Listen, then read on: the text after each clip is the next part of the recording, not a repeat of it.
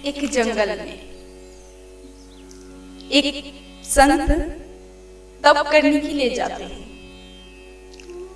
और वह संत ये सोचते हैं कि मैं भगवान को कैसे प्राप्त कर सकता हूँ।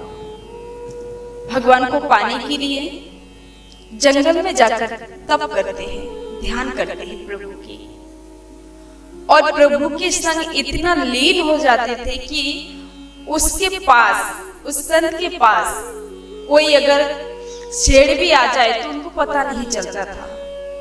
एक छोटा सा कुटिया बना के उसी में रहने लगे और फल आदि खाकर ही अपना जीवन बिता रहे थे। बड़े आनंद में थे, प्रभु के ध्यान में, और मन ही मन ये सोचता था कि कब प्रभु मिलेंगे, कब प्रभु के दर्शन मिलेंगे, कब मैं उनको निहारूंगा। ये सोचते थे और ध्यान करते थे। इधर एक दिन एक शिकारी आया शिकार करने के लिए। उसने सुना है कि यहाँ पे जंगल है और वहां पे बहुत बड़े बड़े शिकार भी मिलते हैं, तो शिकार करने के लिए जंगल पहुंच गए। घोर जंगल है, बहुत बड़ा जंगल है। तो वह शिकारी जंगल में शिकार करने के लिए घूम रहे इधर उधर, और फिर जब जंगल के बीच में पहुंच जाते हैं तो देखते हैं एक छोटा सा कुटिया। उसने सोचा कि इसमें कोई है, यहाँ पे जो घर है शायद यहाँ पे कोई रहते हैं। पहुंच गए और जाकर जब दरवाजा खटखटाते हैं, संत तप कर रहे थे तो बार बार आवाज लगाते हैं। फिर संत जो है बाहर आते हैं। बाहर आए कि आप कौन हो? तब उस शिकारी ने कहा कि हे महात्मा जी, मैं एक शिकारी हूँ, शिकार करने के लिए आया, लेकिन मुझे थोड़ा सा जल मिलेगा? आप मुझे कृपया करके थोड़ा सा जल दे दीजिए, मुझे बहुत तेजी से प्यास लगी है। संत ने अंदर जाकर उन्हें जल दिया है, जल पिया है। फिर संत से बात करते कि आप कहाँ से आए हो, यहाँ पे क्या कर रहे हो? संत ने कहा कि बेटा, तुम जैसे शिकार करने के लिए इस जंगल में आए हो, मैं भी एक शिकार के लिए जंगल में आया हूं। उसने कहा अच्छा, तो आप यहाँ पे कुटिया बना के क्यों रह रहे हो? संत ने कहा बेटा, यहाँ पे मैं जो शिकार करने के लिए आया हूँ तो मुझे यहाँ पे रहना है। अगर मैं यहाँ पे नहीं रहूंगा तो वह शिकार मुझे नहीं मिलेंगे, मैं शिकार नहीं कर सकता। मैं बहुत दिनों से यहाँ पे बैठा हूँ कि वो शिकार मैं कैसे करूंगा, कैसे मुझे मिलेंगे, मैं यही सोचता हूँ, लेकिन पता है वह शिकार मुझे नहीं मिल रहे हैं। तब उसने कहा, जो शिकार करने के लिए आए थे, उसने कहा अच्छा महात्मा जी, आप इतने दिनों से बैठे हैं यहाँ पे शिकार करने के लिए, तो आपसे ये नहीं हो रहा है? महात्मा ने कहा नहीं बेटा। शिकार वाले उसने कहा कि अच्छा, मैं ना बहुत बड़ा शिकारी हूँ, मैंने बहुत बड़ा बड़ा शिकार किया है। आप बताओ, आप जिसको शिकार, कौन से पशु को आप शिकार करना चाहते हो, वो दिखने में कैसा है? आप मुझे बताओ, मैं शिकार करके आपको दे दूंगा। संत ने कहा बेटा, मैं जिसे शिकार करने आया हूँ, पता है वो दिखने में कैसा है? उसका रंग सांवला सलोना है, हाथ में मुरली है, माथे पे मोर पंख लगा हुआ है, और उनका नजर तीसरा नजर है।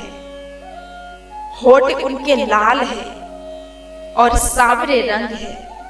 मैं इन्हीं को शिकार करने के लिए यहाँ पे बैठा हूँ, तो मुझे वो नहीं मिल रहे हैं। तब उस शिकार करने वाले ने उसने कहा कि अच्छा, आपका शिकार दिखने में ऐसा है, तो आपने मुझे जल पिलाया, तो मैं आपको ये प्रतिज्ञा करता हूँ कि आपके जो शिकार है, मैं उसको पकड़ के आपके सन्मुख लेके आऊंगा। मैं आपको ये भेंट करना चाहता हूँ, क्योंकि आपने मुझे जल पिलाया। और उसने कहा कि हे महात्मा जी, मैं ये प्रतिज्ञा भी करता हूँ कि जब तक वो शिकार मुझे नहीं मिलेंगे मैं कुछ खाऊंगा पीऊंगा नहीं। मैं ये शिकार को पहले पकड़ूंगा, उसके बाद ही कुछ खाऊंगा। ये कहकर शिकार वाले चले गए वहां से। और इधर जंगल में वह शिकार को ढूंढने लगे। इधर उधर देख रहे कि ऐसा कौन सा शिकार है, ऐसा कौन सा जंतु है जिसके रंग सांवले है, माथे पे मोर मुकुट लगा हुआ है, हाथ में बांसुरी है। इधर उधर ताक रहे हैं और कहीं भी वो सांवला सलोना नहीं दिख रहा है। पूरे दिन बीत गए, रात भी बीत गए, लेकिन वह शिकारी वहां पे ही बैठे रहा कि जब तक नहीं मिलेंगे मैं तब तक यहाँ से नहीं जाऊंगा और कुछ खाऊंगा पीऊंगा भी नहीं। ये प्राण लेके वहां पे बैठ गए। फिर दिन चले गए, रात चले गए। तीसरा दिन उसने ये प्राण लिया है कि आज उसको पकड़ के ही छोड़ूंगा। बैठे हैं जंगल में और इधर उधर देख रहे हैं। रात को भी उसने सोया नहीं, पूरे रात भर उसने जागा।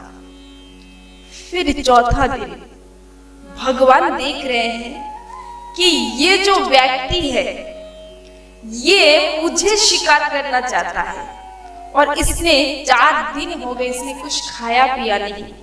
अगर ऐसा चलेगा तो ये तो मर जाएगा।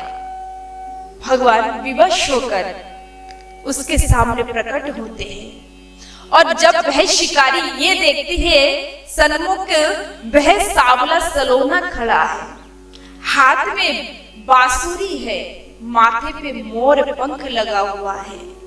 ये देखते ही उसने अपने हाथ में जो जाल पकड़ा था कि इससे शिकार करेंगे, वही जल्दी से उस जाल को भगवान के ऊपर फेंक देते हैं और भगवान उस जाल में फंस जाते हैं। वह शिकारी क्या करता है, भगवान को जाल में बांध कर कस कर कहते हैं कि बहुत दिन हो गए, आज चौथा दिन मुझे मिले हो, आज तो मैं उस ऋषि के पास अब लेके ही जाऊंगा।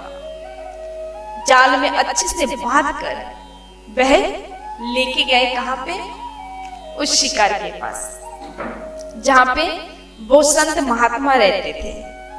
उनके सन्मुख जाकर दरवाजा खटखटाते हैं और जब संत दरवाजा खोलते हैं तो सामने देखते हैं कि प्रभु श्री हरि सांवले रंग, हाथ में मधुर बांसुरी, माथे पे मोर पंख लगा हुआ है। ये दृश्य देखते ही और साथ में वह शिकारी भी खड़े हैं। ये दृश्य देखते ही उस संत ने 2 हाथ जोड़कर रो पड़े कि हे प्रभु, हे प्रभु, मैंने इतने दिनों से मैंने इतना तप किया, ध्यान किया, लेकिन आप मुझे नहीं मिले और आप इसको कैसे मिल गए प्रभु। तब प्रभु श्री हरि ने कहा कि हे संत, तुम्हारे प्रेम से भी अधिक प्रेम मुझे इसके अंदर मिला। क्यों जानते हो?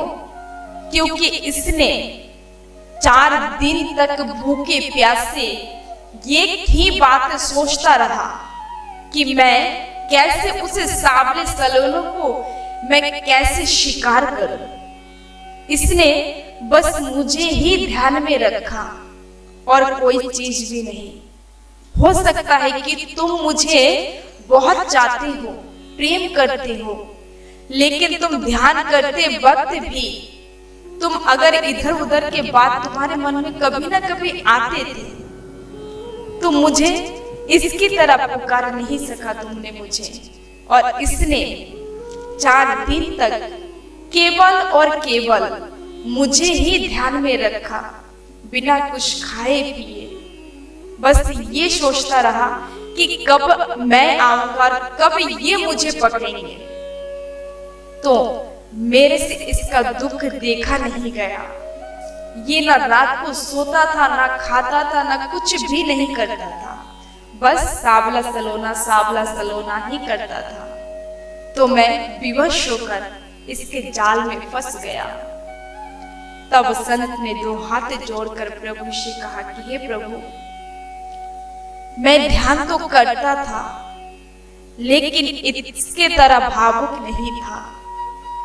संत ने उसके चरणों में भी धन्यवाद प्रणाम करते हुए कहा कि जीवन धन्य है आपका, आज आपके वजह से मैंने भी प्रभु के दर्शन किया है। तो इस कथा से हमें क्या सीख मिलती है? हमें ये सीख मिलते हैं कि अगर हम भगवान को बुलाते हैं, उनको चाहते हैं, तो बस केवल और केवल उन्हीं का नाम लेना चाहिए, उन्हीं से प्रेम करना चाहिए। और इसी की तरह जो शिकारी ने भावुक होकर उसने प्राण लिया था कि हाँ मुझे पकड़ना ही पकड़ना है, तो हमें भी प्रभु का स्मरण करना है, उनका नाम करना है और ये प्राण लेना है कि हम जब तक जीवित है और एक दिन ना एक दिन प्रभु के दर्शन करना ही करना है। मृत्यु से पहले एक बार प्रभु के दर्शन हो जाए, ये प्राण हमें लेना चाहिए। और जब हम ये प्राण लेंगे, जब ये प्रतिज्ञा करेंगे, तब अवश्य मृत्यु से पहले एक दिन ना एक दिन वो हमें मिल ही जाएंगे। हरे कृष्ण।